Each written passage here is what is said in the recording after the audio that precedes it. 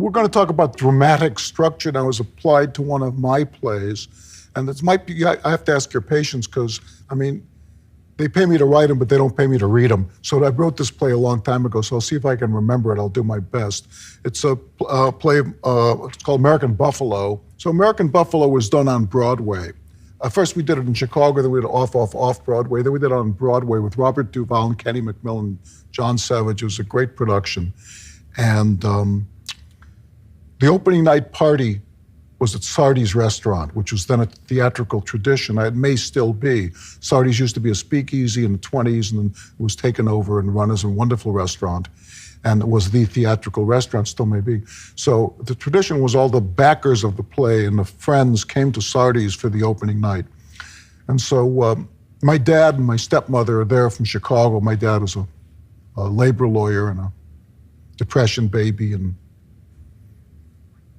in the Army in World War II, and an immigrant kid, very tough guy, wonderful guy.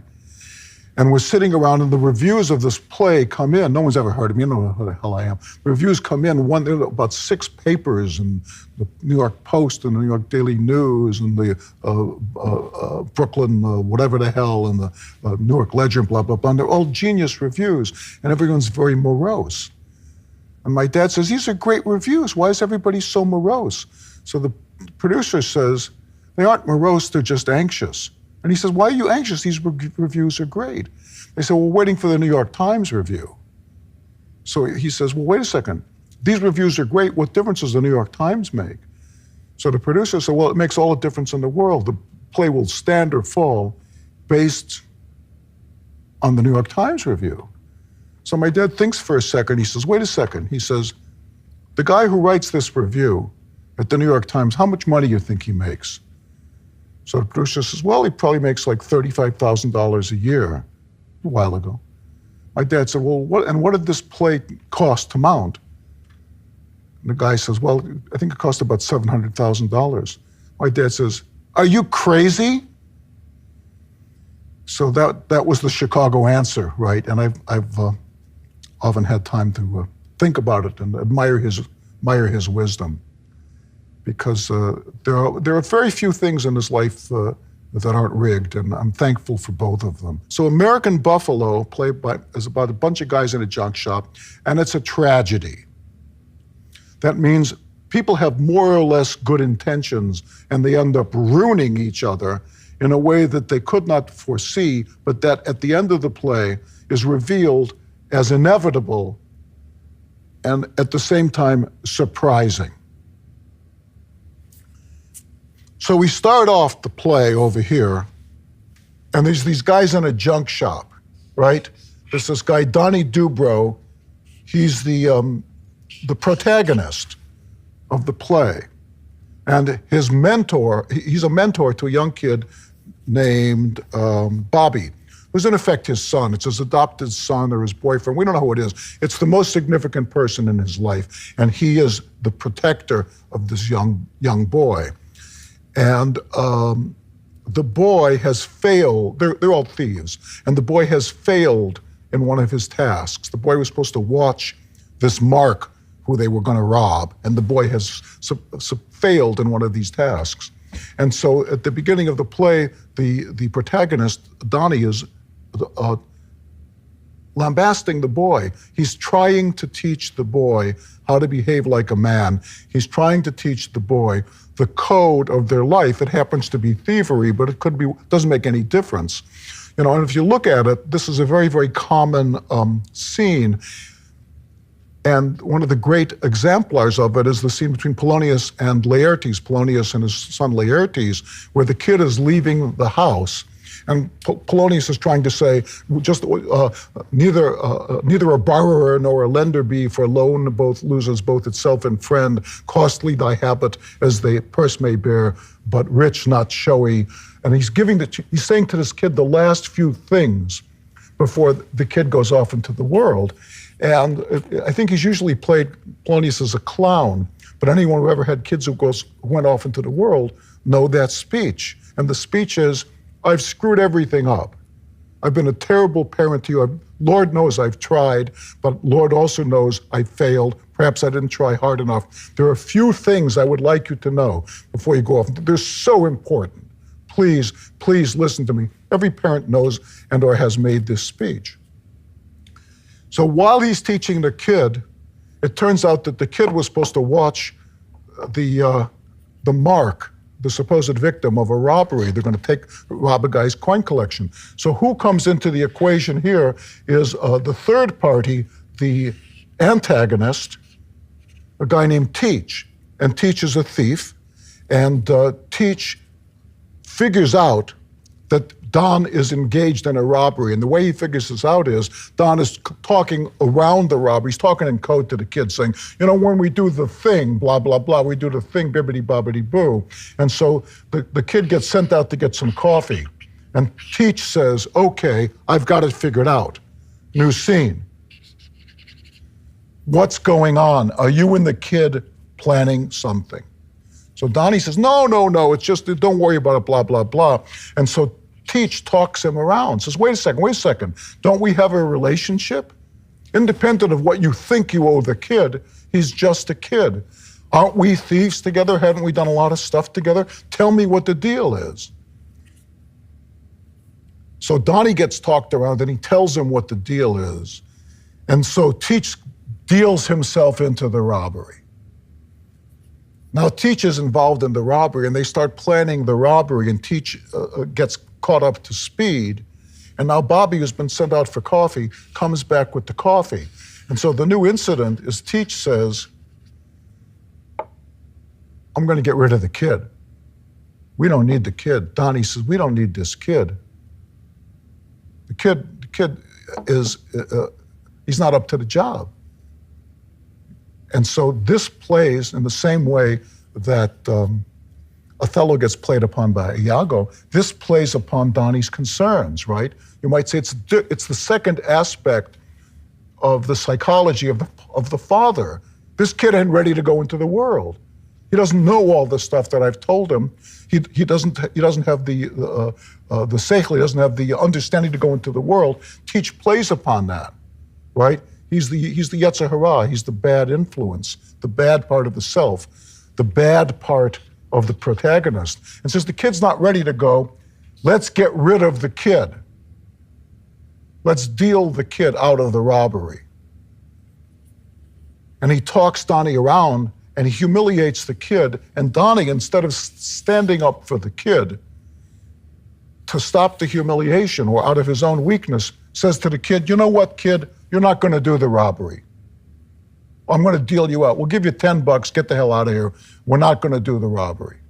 And so the kid is heartbroken, and the kid doesn't understand. And Donnie says, that's it, you're out. So that's the end of that. His anxiety has been curiously played upon by the protagonist. Now the kid's out. So now the kid's out, and we come to the end of the scene here, which we're coming to the end of the act, where there's another guy called Fletcher, who's been setting up the robbery. He's the offstage character. And now the final incident is, in the first act, is Teach comes around and says, let's get rid of Fletcher too, right? There'll be more for you, there'll be more for me, there'll be less for, we don't need Fletcher because the whole thing's set up. We're gonna deal him out. So Donnie's manhood kicks in. He says, no, he said, that would be treason. We can't deal Fletcher out. Fletcher's in, the kid's out, get out of here, go take a nap. So that's the end of that act. Okay, so now we come back to that. So where are we at the end of the first act? We tried to teach the kid a lesson, and the lesson was, you're not equal to it. I'll stand up for you being humiliated. I won't sell the other guy out, but you're out. We come back to Act 2, and everything is now a who. Fletcher can't be found. They can't find out where Fletcher is. They don't know where he is. Now, Teach, who's the antagonist, says, this doesn't feel right. That Fletcher's not here, he's supposed to be here. I think he's selling us out. In fact, I think maybe he and the kid are selling us out. There should be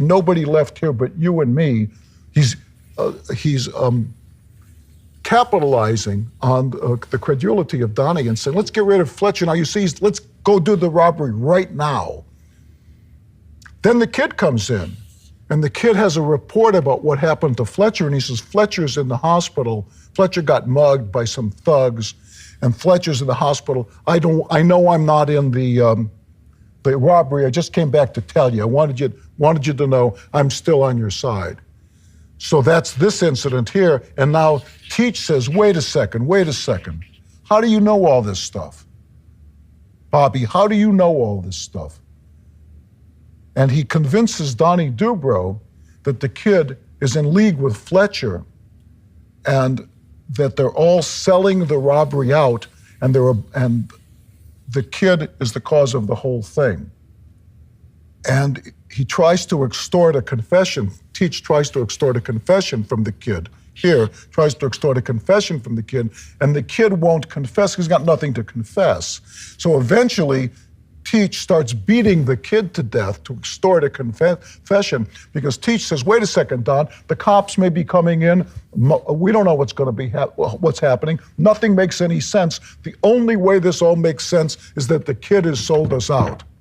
So we've gone down the line of tragedy from Donnie trying to teach the kid how to be a man to Donnie being talked into, yes, he's not a man. I knew that back here. He's a kid. Not only is he a kid, he's a traitor. And the only way to teach him is to beat him. And they're beating the kid to death when what comes out is what the kid has been doing throughout has been trying to make up for his lack in scene one. And his lack in scene one, he was supposed to be following the mark. And because they wanted to steal a rare coin from the mark. And all throughout, he's been trying to help his father, who's Donnie. And so what he does, he takes the money that's been given him and he buys a rare coin to placate his father. And he says that he found the coin. They know that that's a lie, and so that's why they start beating him. Teach says, that's a lie, you didn't find that coin, you bought that coin, or you robbed the joint. So the kid's attempt to be a man, to fulfill his father's best wishes, is interpreted by the father as an act of treason. And they start beating the kid to death until the kid says, here's what I did. I missed the guy over here, but I bought a coin in order to retain your love, in order to prove my manhood. And now they got to take the kid to the hospital because he's dying. And Teach throws a fit, and he wrecks the junk store. And then we're left with Donnie and the kid who's beaten something to death. And Donnie undergoes reversal of the situation. He goes from being the mentor to being a monster, and recognition. He realizes that he's been behaving like a monster, and he's come close to killing the most important thing in his life, his beloved son. And so the hero undergoes recognition of the situation and reversal of the situation. And that's how we know the play was over. And it all stems from the original premise, which is, I have to teach my son how to be a man because he just got something wrong. And ends with, the best way to teach him is to kill him.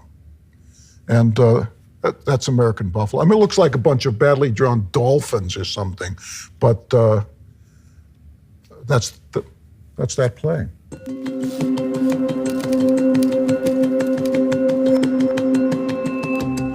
The play, what starts the play?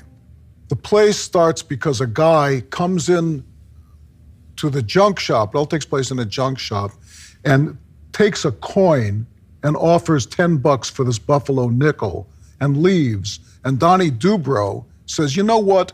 I didn't like that guy's attitude. He was a rich guy. He lives around the corner with his girlfriend. I've seen him. If he offered me $10 for that, I bet he's got a lot more money than that.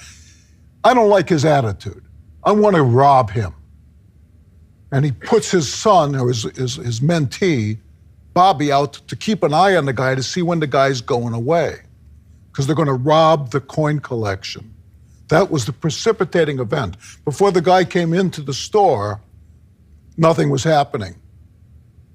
Before the aunt died, there was no reason to go to Los Angeles. As we move along, the coin collection becomes the reason that the antagonist teach says you got to get rid of the kid. It's much, much too valuable a project. It's not a teaching opportunity. The kid's not your science project. You got to get rid of the kid. We have to get those coins. The only thing that matters is those coins. So it begins to wean the protagonist, Donnie, away from the original objective. And at the end of Act 2, they've gotten rid of the kid. The best way we can teach this kid, says Teach, is to not let him come in on the coins, because the important lesson is don't screw up. If you're going to be on the wrong side of the tracks, you can't screw up. He says, Donnie, you remember, the kid screwed up on day one. That's why we got to play in the first place. We aren't going to let him screw up again, because, Donnie, you're interested in being the excellent man. The excellent man doesn't let sympathy get the better of reason. Kick the kid out. Kid's kicked out. Act 3, they're looking for the coin collection, and Teach wants to kick out Fletcher because he wants all the coins for himself. The kid comes in, and he says, and the kid gets accused of being in league with Fletcher and trying to take Donnie off. And the kid comes in and he says, look what I got. I got something for you. I have this valuable nickel. Takes us right back to the beginning of the play. He says, let me back in on the job, because look what I was capable of doing. I got this valuable nickel for you.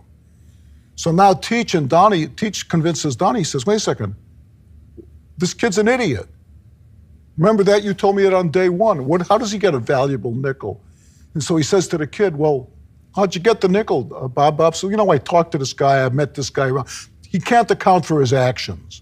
So because the kid cannot account for his actions, he's accused and convicted of treason. And he's beaten almost to death. And it comes out, the way he got the nickel was when Don gave him some money up here, he went out and bought it to make up for his supposed sin of missing the guy in the first place. So the nickel is, from the kid's point of view, is an article of redemption. It's a relic. And from Donnie's point of view, it's proof of treason. So we come full circle from the first guy who comes into the nickel, and we follow the nickel throughout the course, and it has 3 meanings. And there you go.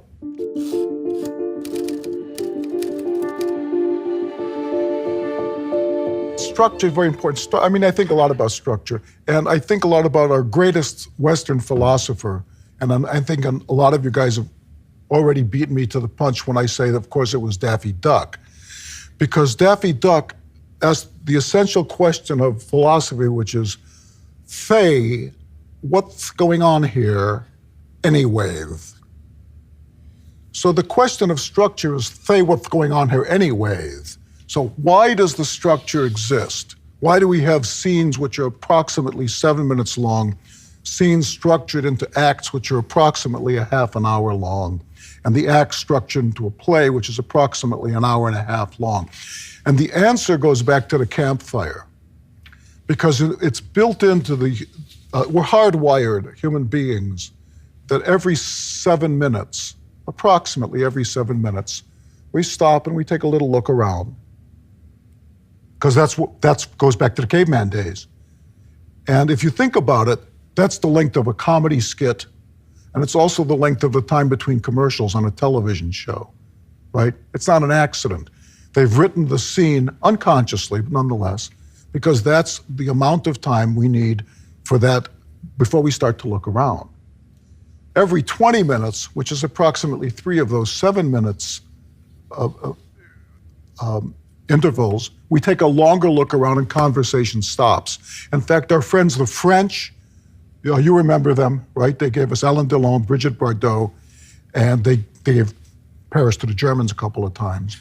I think they got it back, but it's all part of the European Union, so who am I to judge? Okay, in any case, they say, un ange passe, right? 20 minutes after the hour, they say an angel passes. And if you think about it, you watch it, you'll see in your daily lives. At 20 minutes after the hour and 20 minutes before the hour, there's a longer pause in the conversation. Why do the pauses occur there? Because most things start on the hour. Most events, dinners, dates, blah, blah, most of them start on the hour. So 20 minutes after that, there's a pause and the conversation just dies.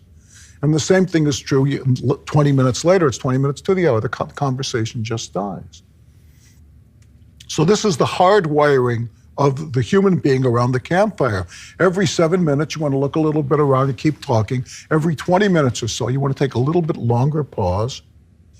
And when you go to the theater, you'll see this happen because most theater, the curtain is, if it's called for 8, it'll go up at 8:07. And at 8:07, you can set your stopwatch by it. The audience stops talking. They just naturally quiet down at 8:07. If the play doesn't start, they'll start talking again, but it's hardwired into the human experience. So the 7-minute scene, 3 of them more or less make an act, and 3 acts more or less make a whole play. That's the traditional 3-act structure. Some of my plays are written in a long 1-act structure, and some of them are written in 2-act structure. And the reason for that is, I think, just because. I mean, I don't know any better. That's just how it occurred to me. That's just how it occurred to me at the time. People saw Michelangelo's statue of David, right? Pretty cute. And they say, my God, how did you do that? And he said, I just looked at this block of marble and I cut away everything that wasn't David. And so I grew up like everyone else listening to that, thinking, my God, that's brilliant, until I realized what he was really saying was, buzz off.